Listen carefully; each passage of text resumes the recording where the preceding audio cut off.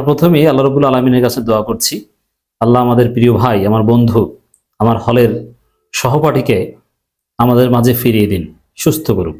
তিনি কোমায় আছেন, আপনারা জানেন। ইনকিলাব মঞ্চের শরীফ ওসমান হাদির যে ঘটনা, গুলিবিদ্ধ হওয়ার যে ঘটনা, মুহূর্তেই বাংলাদেশে তোলপাড় সৃষ্টি হয়েছে। পুরো সরকার রাজনীতি নড়ে চড়ে বসেছে। আমিরে জামাত কথা বলেছেন, সাদিক ক্যামেরা কথা বলেছে। এখন এই ঘটনা নেপথ্যে কারা? দেখেন, এটা তদন্ত সাপেক্ষ ব্যাপার। সিসিটিভি ফুটেজ কারা করেছে, এর পেছনে কি, কারা কলকাঠি নাড়ছে, সবকিছু বেরিয়ে আসবে। কিন্তু পলিটিক্যাল অ্যানালজি বলতে একটা কথা আছে, পলিটিক্যাল অ্যানালাইসিস। নেপথ্যে যারাই থাকুক না কেন, বিএনপি কিন্তু কঠিন অবস্থায় পড়েছে। মির্জা আব্বাস কিন্তু কঠিন অবস্থায় পড়ছে। জনগণ বলছে যে আমার ভাই ওসমান হাদির কিছু হলে বিএনপি এবং চাঁদ আব্বাস, মির্জা আব্বাসের খবর আছে। মানুষ ধারণা করছে যেহেতু তফসিলের পরেই ঘটনা, মির্জা এবং শরীফ ওসমান হাদির প্রধান প্রতিদ্বন্দ্বী মির্জা আব্বাস, সে মির্জা আব্বাসের লোকজন এই ঘটনা ঘটিয়েছে। এটা মানুষের ধারণা, পারসেপশন। আমি বলছি না, ইটস রিয়ালিটি। এবং বিএনপি এবং মির্জা আব্বাসের অনুসারীদের নিয়ে সন্দেহ সংশয় সাথে সাথে শুরু হয়ে গেছে। মির্জা আব্বাস এবং বিএনপির লোকজনের বক্তব্য এখানে আশঙ্কাজনক এবং সন্দেহপ্রবণ। যেমন এই ঘটনা ঘটার সাথে সাথে সাদিক কায়েম প্রতিবাদ জানিয়েছেন যে ছাত্র জনতা প্রস্তুত থাকুন। এখন সাদিক কায়েমের কাজই তো এটা, সন্ত্রাসের বিরুদ্ধে দাঁড়াবেন, রুখে দিবেন। আর ছাত্রদল, বিএনপি কিংবা যারা এই চাঁদ আব্বাসের টাকা পয়সায় চলে, তারা সাদিক কায়েমকে গালাগালি করছেন যে কি হয়েছে, মানে তুচ্ছ তাচ্ছিল্য করছে। শরীফ ওসমান হাদির এই গুলিবিদ্ধ হওয়া এবং কোমায় চলে যাওয়ার ঘটনা, ব্রেইন ডেথ হয়েছে, আপনাদের অবগতির জন্য জানাচ্ছি। তিনি গুলিবিদ্ধ হয়েছেন সিভিয়ারলি। এখান থেকে বেঁচে আসাটা কঠিন। আমরা আল্লাহর কাছে দোয়া করছি। অলরেডি ব্রেইন ডেথ, মানে তার ব্রেইন বেঁচে নাই, মাথায় গুলিবিদ্ধ, এবং জায়গা মতো গুলি লাগাতে পেরেছে, এবং ঢাকা মেডিকেলে গুলি বের করার যথেষ্ট চেষ্টা করা হচ্ছে। এই অবস্থা থেকে রিকভারি অত্যন্ত কঠিন। তা আমি যেটা শুরুতেই বলেছিলাম যে নির্বাচন এত সহজ হবে এটা মনে করার কোনো কারণ নাই। তবে ষড়যন্ত্র ব্যর্থ হবে, আর সন্ত্রাসীরা চুপ করে থাকবে, বিএনপি খুব সহজে নির্বাচন মেনে নিবে না। এই যে দেখছেন, বিএনপির প্রতিপক্ষ প্রার্থীর আজকে মৃত্যুর মুখে। তো জনগণ এই সন্দেহ সংশয় করছে। এবং মির্জা আব্বাস কিংবা বিএনপির লোকজনের যে বক্তব্য আপনি যদি দেখেন, যে তারা শরীফ ওসমান হাদির এই গুলিবিদ্ধ হওয়ার ঘটনাকে নিয়ে তুচ্ছ তাচ্ছিল্য করছে। ছাত্রদলের এক নেত্রীকে দেখলাম, কেন্দ্রীয় নেত্রী, তিনি বলছেন যে ওসমান হাদির কি না কি হয়েছে কেউ জানে না। আর সাদিক ক্যাম্প ফেসবুকে স্ট্যাটাস দিয়েছে। মানে সাদিক ক্যাম্প কেন প্রতিবাদ করলো? এবং জনগণ অনেকেই বিএনপি চাঁদ আব্বাসকে সন্দেহ করছে, তো এইটার প্রতিবাদ জানাচ্ছে অনেকে। বিএনপির লোকজন এতে খেপে যায়। কিন্তু গুলিবিদ্ধ হওয়াটা এটা কারা করেছে কি, বা এটার প্রতিবাদ জানাই সন্ত্রাসের ঠাঁই হবে না, এই কথা বিএনপির লোকজন কেউ বলছে না। এই সন্ত্রাসের বিরুদ্ধে বিএনপির কেউ বলছে না। তারা বরং চাঁদ আব্বাস বিএনপিকে ডিফেন্ড করতে ব্যস্ত। আর শরীফ ওসমান হাদির জন্য কোনো সমবেদনাও নাই, থাকবে কেন? শরীফ ওসমান হাদি তো চাঁদাবাজির বিরুদ্ধে লড়াই করছেন, ৭১ চেতনা ব্যবসার বিরুদ্ধে লড়াই করছেন। বিএনপি মিনিমাম তাকে সমর্থন করবে, কিংবা বিএনপির মিনিমাম সিম্পিতি থাকবে শরীফ ওসমান হাদির পক্ষে, এটার কোনো কারণ নেই। আমিরে জামাত সাথে সাথে প্রতিবাদ জানিয়েছে, তারেক রহমান প্রতিবাদ জানিয়েছে না। মির্জা ফখরুল দেখবেন পরে কান্নাকাটি করবে। তো দর্শক, এখন ঘটনা তদন্ত সাপেক্ষে বের হয়ে আসবে। তবে গুলিবিদ্ধ হওয়ার আগে নিয়মিত ওসমান হাদিকে ফোন দিয়ে থ্রেট দেওয়া হচ্ছে, হত্যা করা, তার স্ত্রীকে ধর্ষণ করা হবে, এই ধরনের থ্রেট দেওয়া হচ্ছে। তো তাতে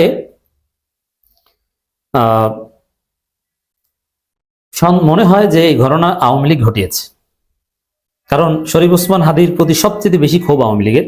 কারণ 32 ধানমন্ডি 32 যে মাটির সাথে মিশিয়ে দেওয়া, এতে শরীফ ওসমান হাদির অবদান আছে। এবং আওয়ামী লীগের যে মুক্তিযুদ্ধ ব্যবসা বাংলাদেশে চলবে না, শরীফ ওসমান হাদি ইজ অ্যান ইনস্টিটিউশন, তার অনেক কন্ট্রিবিউশন। তো এই জায়গায় আওয়ামী লীগের একটা ক্ষোভ আছে, ভারত থেকে নিয়মিত হুমকি দেওয়া হতো। তো তাতে মনে হতে পারে যে এর সাথে আওয়ামী লীগ জড়িত। কিন্তু পিপলস পারসেপশন, যেহেতু এটা তফসিলের পর, এবং মির্জা আব্বাসের প্রতিদ্বন্দ্বী বিএনপির দিকে, বিএনপি কঠিন পরিস্থিতিতে পড়েছে। আর বিএনপিকে জনগণ কেন সন্দেহ করবে? আমি কিন্তু সন্দেহ করছি, আমি বলছি না যে বিএনপি জড়িত। সন্দেহ করাটা যে যৌক্তিক, তার প্রমাণ হচ্ছে যে বিএনপি প্রত্যেক দিন কাউকে না কাউকে গুলি করে মারে।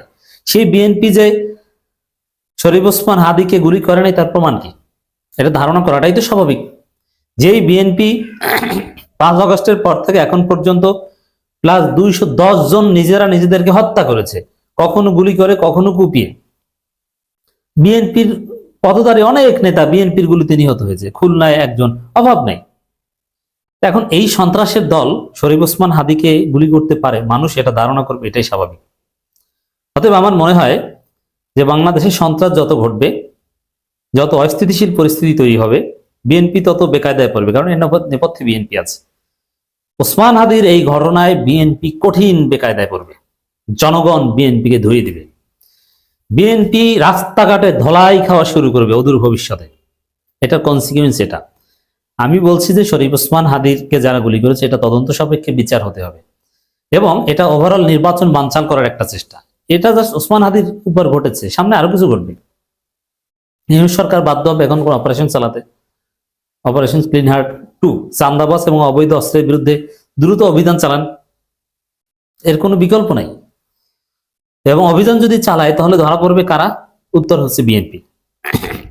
তো দর্শক, এই হচ্ছে শরীফ ওসমান হাদির ঘটনার কনসিকুয়েন্স। নির্বাচন পেছাতে সামনে এরকম আরো ঘটনা হয়তো ঘটতে পারে। আমি জানি না যে আমাদের কোন ভাইদের এভাবে জীবন দিতে হয়। ইনকিলাব মঞ্চের মুখপাত্র এবং ঢাকা 8 আসনের এমপি পদপ্রার্থী শরীফ ওসমান হাদিকে গুলি করেছে দুর্বৃত্তরা। আশঙ্কাজনক অবস্থায় উদ্ধার করে তাকে ঢাকা মেডিকেল কলেজ হাসপাতালে জরুরি বিভাগে নেওয়া হয়েছে। ডাক্তার বলছে ব্রেইন ডেথ এবং কোমায় চলে গেছেন। এর মানে এমনকি জীবিত আছে কিনা এটাও মুহূর্তের পর পর এটা আপডেট হবে।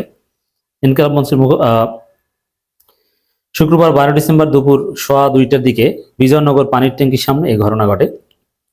হাদির সঙ্গে থাকা তার এক সহকর্মী জানান, জুমার নামাজের পর পরিচিত বা স্থানীয়দের সঙ্গে কথাবার্তা কুশল বিনিময় শেষে রিকশায় সরোয়ার্দী উদ্যানের দিকে যাচ্ছেন ওসমান হাদি।